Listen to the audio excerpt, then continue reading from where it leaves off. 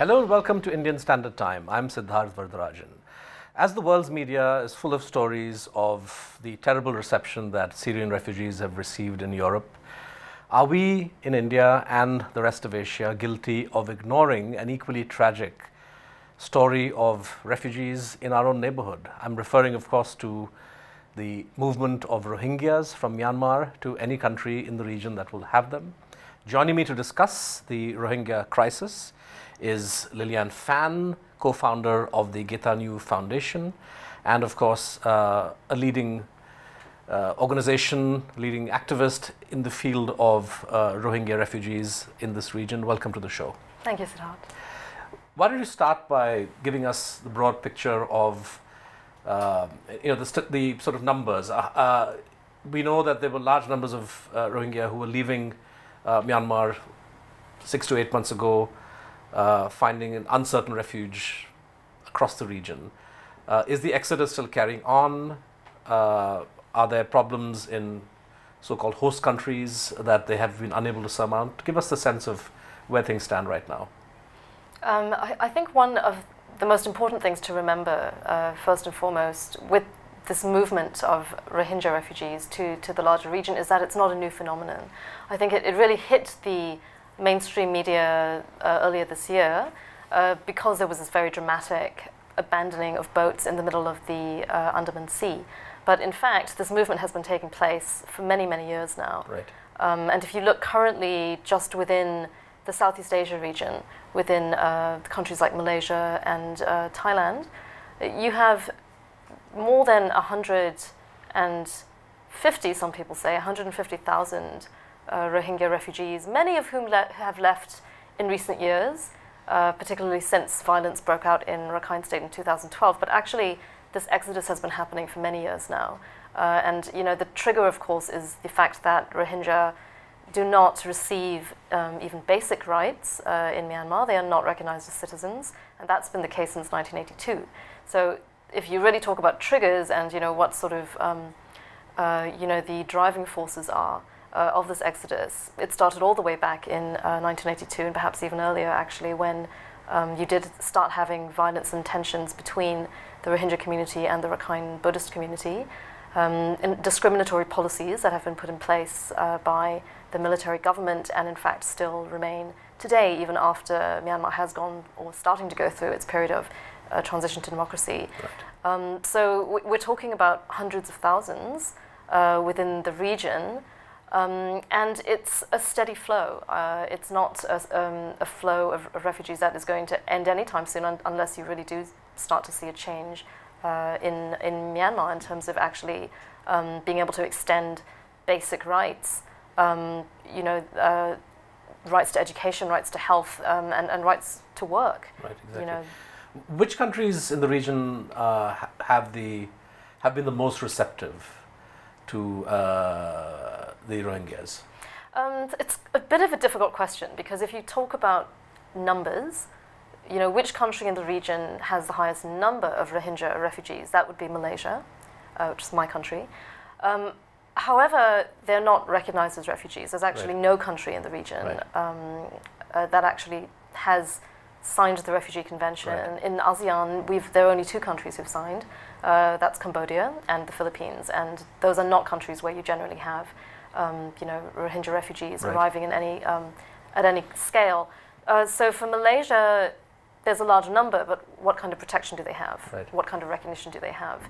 That's a little bit ad hoc. It's a little bit at the whim of the Malaysian government, whether they choose, through goodwill, to allow a level of tolerance for the refugees and allow them to be actually treated, maybe not officially, but sort of de facto, with a level of protection which is different from any undocumented migrant, for example.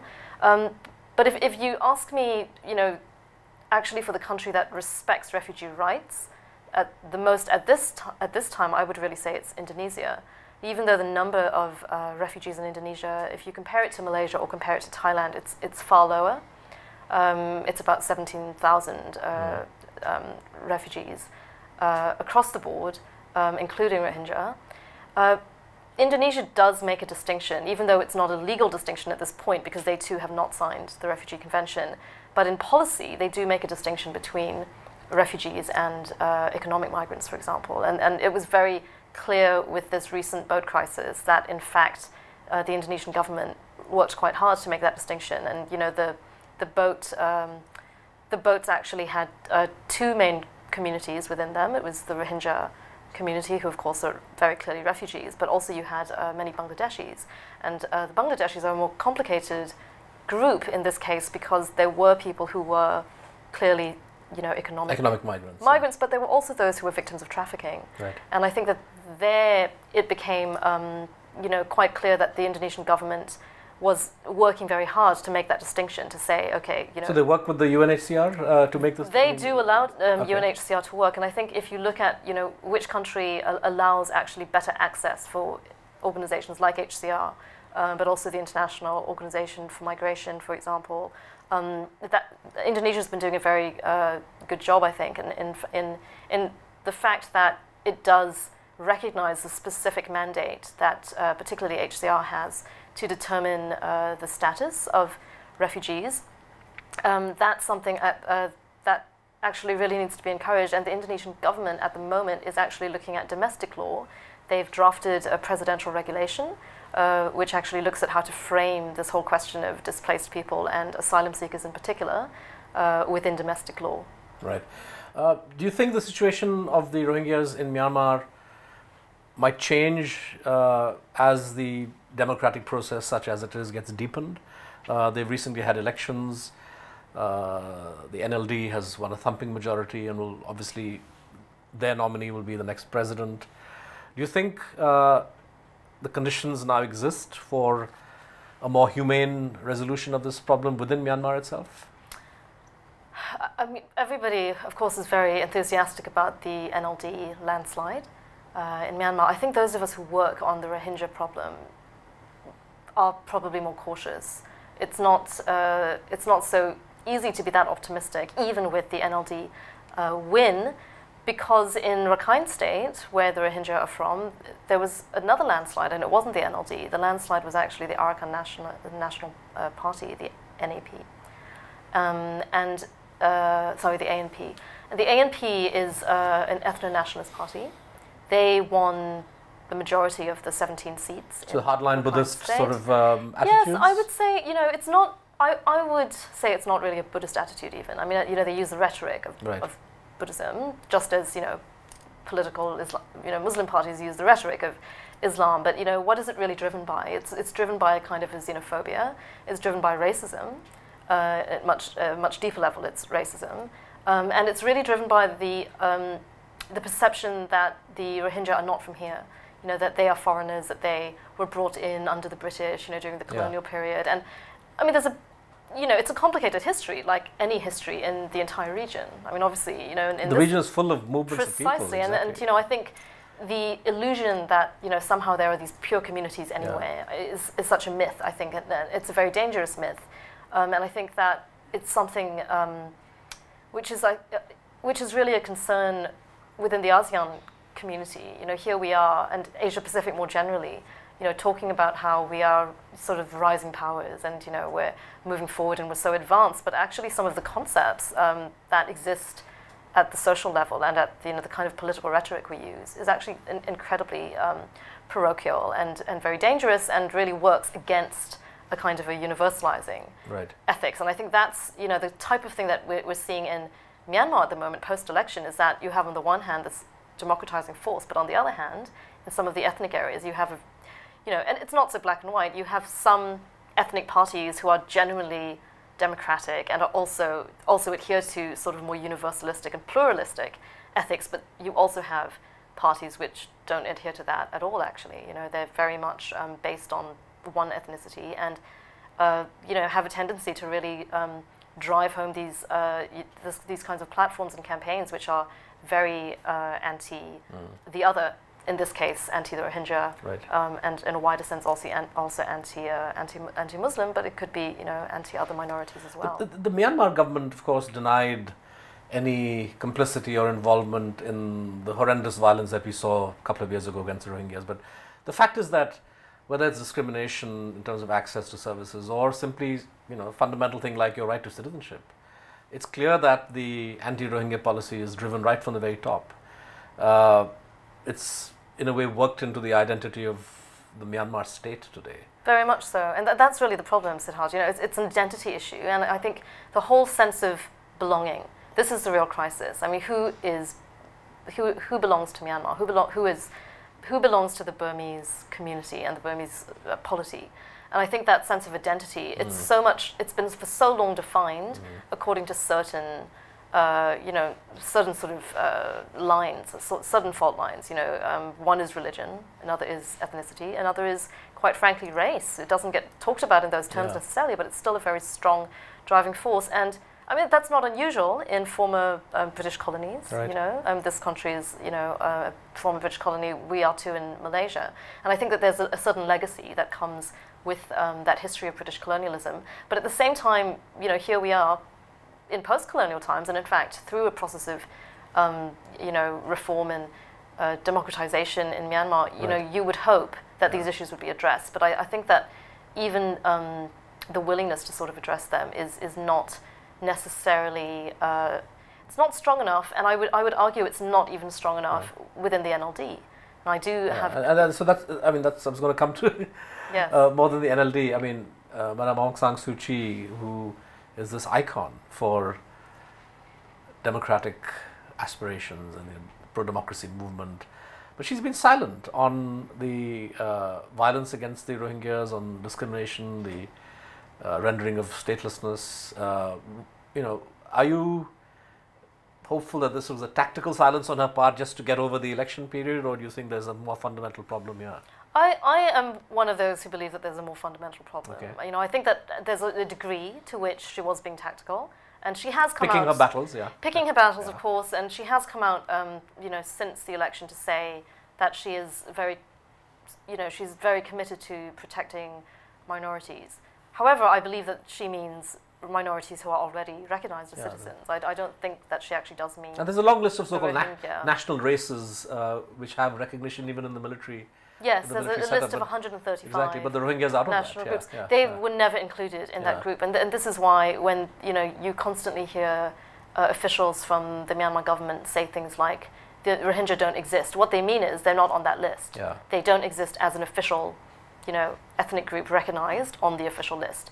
But that's a terrible thing to say when you have a community that self-recognizes themselves, self-identifies as Rohingya, and you're telling them in their face that they don't exist. I mean, that's exactly. a way of really denying existence, and that's in fact why as well you've had accusations of genocide that have been taking place now.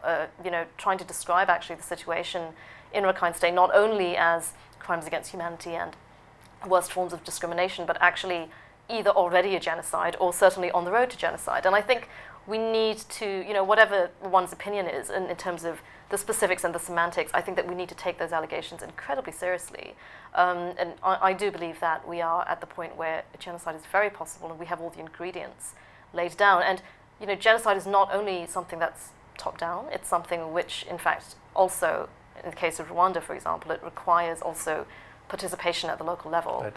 And, a kind of a belief. And that kind of propaganda or belief. Yes, and exactly, and that kind of embracing of that demonization and the dehumanization of the other, which is very much what one sees in Rakhine State, where, it's not as if you have, massacres every single day and people dying of violent deaths in large numbers, but what you do have is apartheid. You have an apartheid system where you literally have the two communities segregated, and the tendency is to segregate even more and to harden that apartheid. And even those people who may not necessarily say, we'd like to see all the Rohingya exterminated, they will say, we would like to see these segregated communities, we'd like to see that even more firmly implemented. We really don't want to see Rohingya in our schools. We don't want to see them actually even participate in the marketplace. And all these restrictions that are in place, I mean, you look at South Africa, and we were all, as a global community, absolutely outraged at the types of policies that were being put in place. But if you look at the kinds of policies that are taking place in Rakhine State right now, I mean, they're as bad, And the conditions that people are living in are, you know, amongst some of the worst in the world. If you just look at a humanitarian basis, you know, you've had people, very high-level officials from the United Nations, for example, the, you know, UN relief coordinators, who, for example, the former relief coordinator, Valerie Amos, who visited Rakhine State. She visited some IDPs, looked at the camps and said, my God, these are worse than some of the situations of the camps I've seen in places like Dadaab.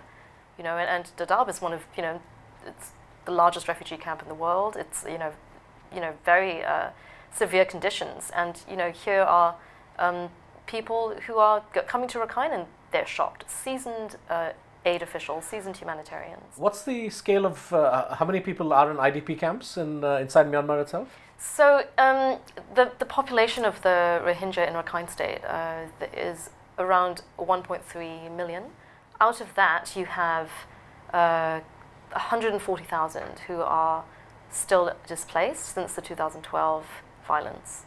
And there's no indication that there's a clear road to return. There has been some effort by the Rakhine State government to start initiating small pockets of what they call return.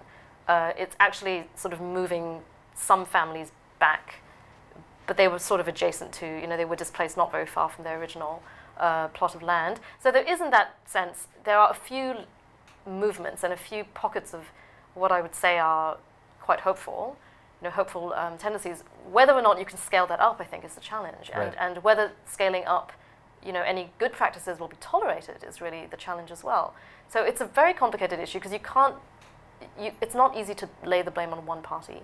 There's a sort of multitude of forces and actors as well who sort of reinforce each other. And even when you do have, for example, a better, you know, a better set of officials in the government who are actually more willing to extend some services, maybe not citizenship, but at least they understand that in spite of not having citizenship, there is a responsibility of the state to extend health services, for example, to all the entire population residing in Rakhine State. Even when you do, which is already quite rare, find officials who are able to see that that's part of their role, sometimes they will receive a backlash of resistance and, you know, hostility. Why are you providing services to Precisely, the Rohingya? precisely. So it's a very delicate situation. Again, there are also Rakhine communities who have a higher degree of tolerance. But again, even those people who do would also be afraid to express that. So it's a very delicate situation because unless I think you have a broader set of, you know, changes that reinforce each other, it's going to be very, very hard. Do you see the beginnings of a debate within Myanmar or within Rakhine civil society to push for a more humane solution to this and to end the racism? I mean, I would say it's too early to say that I really see that. Maybe the elections could serve as a catalyst for this. But it's possible. I think it's going to be difficult even for the NLD to actually persuade the state government. They will be appointing the chief minister, so the chief minister needs to be somebody who is accepted by the Rakhine as well, including the hardline Rakhine. Yeah. So I think that person's going to have an incredibly challenging time because they can't push change forward in too much of a dramatic way, but at the same time they have to make very clear what some of their policies are and what some of their, you know, a way forward is somehow. But you know, if you push too quickly, too fast, and too hard, you also run the risk of a backlash. So I think it's going to be very delicate. And then again, you know, the underlying question of, well, actually, what is NLD's position on this? I mean, are they going to be interested in trying to push for a review or a reform somehow of the citizenship law, the 1982 citizenship law? And I'm not sure. I really am not very confident that that's necessarily going to be one of the priorities of the NLD government. Right. There are obviously lots of other challenges in Myanmar as well. You know, there's this enormously complicated ceasefire process that they're undergoing with, you know, numerous armed groups. So there's many complications. Not to speak of the balance of power between the military and, well, exactly. and NLD, which is exactly, again, not and the resolved broader you know, constitutional issues as well. Moving away from Myanmar and the Rohingyas, this hasn't been a very good year for refugees around the world. Yeah. And the situation in Europe particularly has highlighted, at least to me, to my mind, the disconnect between the professed commitment of European states towards the full range of international treaties and covenants dealing with human rights, refugee rights, and so on. Unlike in Southeast Asia, where only Indonesia and Philippines are parties to the Refugee Convention. Not Indonesia, Cambodia. The Cambodia and Philippines. Virtually every European country is party to the Refugees Convention. Yet when it comes to implementing it in letter and spirit, we see a great disconnect. Are you concerned about the fact that it's easy for governments to adhere to the principles of refugee protection, non-refoulement, when you aren't in that position of receiving refugees, and when push comes to shove, doors close? Yes, I think it's quite clear that, you know, with the current crisis globally, you know, I mean, the figures now are just really shocking. You know, 70 million now, you know, displaced people around the world, including refugees, and this is certainly the highest number since the end of World War II. And I think, you know, what's the most surprising thing to me about the sort of, you know, position of many European countries is how quickly they've forgotten World War II.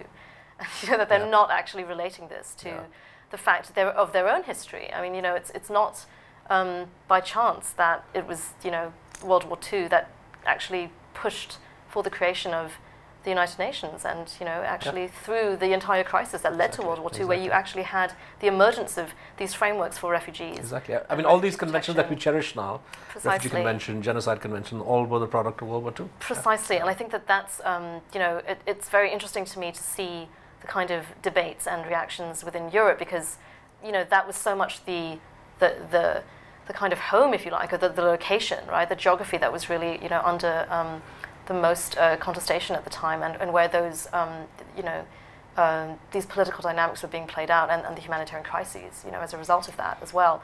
But I think, you know, it goes to, I think we're really at a time of crisis in terms of humanitarian architecture, refugee architecture, you know, all the frameworks that we use. I think we need to revisit them. I think that, you know, the arrangements as well between, you know, the host communities, receiving communities. I think that, you know, this there has to be a conversation that takes place globally, in fact, not just Europe, but really globally, where we're sort of rethinking the arrangements. We're rethinking, you know, what does a sustainable solution to this massive human displacement look like, especially when we know that, you know, conflicts like Syria, they're not going to end anytime soon. The crisis in Rakhine State, the plight of the Rohingya, it's not going to end anytime soon. So, I mean, if you already look at, you know, the countries who are hosting the largest number of refugees, it's not Europe. I mean, it's, you know, it's countries in, you know, surrounding, you know, Syria. You have Turkey, Lebanon, Jordan. I mean, you know, and even countries like, you know, Iran that host. Or Pakistan, which hosts a large number of Afghan refugees. Precisely. So I think it's important to understand as well, you know, who are the countries actually who are hosting the largest number. I mean, the African countries, for example. You know, look at Kenya. We're actually the largest ones in the south. We are, you know, the southern countries who are hosting the largest number of refugees. But how do we have a conversation where there's more sort of, you know, there's an equal bargaining in terms of what the terms are, and also honesty about what the levels of capacity actually are in these various countries, what is needed. And I think that discussion has started to happen.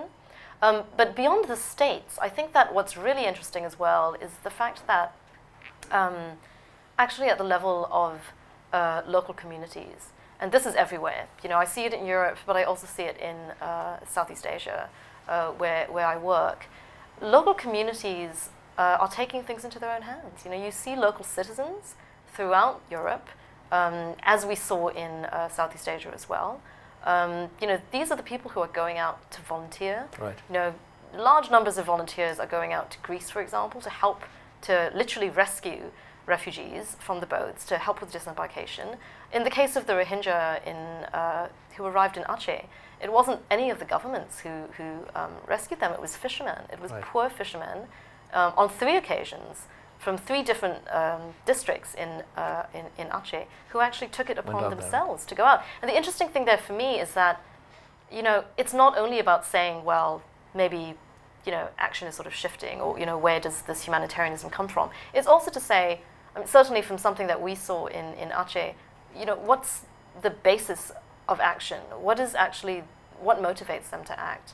And I think that we too often and for too long have depended on, you know, the sort of global frameworks. And yes, they're important. They're absolutely important. The convention, you know, the frameworks of human rights that we all adhere to and that we all try to push for in our own countries. But I think we also need to look and understand at the local level. For example, in Aceh, what motivated the fishermen to actually go out and do the rescue was not international law. It wasn't even Indonesian law. It was actually customary law. And their customary law has a stronger principle of humanitarianism than even some domestic law and even some international law does. Which is a lesson for governments all around the world. Exactly. And, you know, they kept we work very closely with the fishermen, and they keep reiterating to us, this had nothing to do with religion. Yes, the Rohingya are Muslim, but we didn't know that when we saved them. We had no idea where they were from. It has nothing to do with religion. And it's really to do with their principle of, you know, ethics of the law of the sea, and that respect for all life, certainly all human life, but even all life in general. And, you know, I think that's something that's really important, because I think you need to look for the sources of, you know, what is it that drives people to act. In Europe, of course, you see this incredible outpouring as well, and I think we need to look for those examples. I mean, I've seen many positive stories, and even in the face of these tragic attacks in Paris, for example, you know, the fact that there was this fear that this would all be turned into a kind of a backlash against refugees.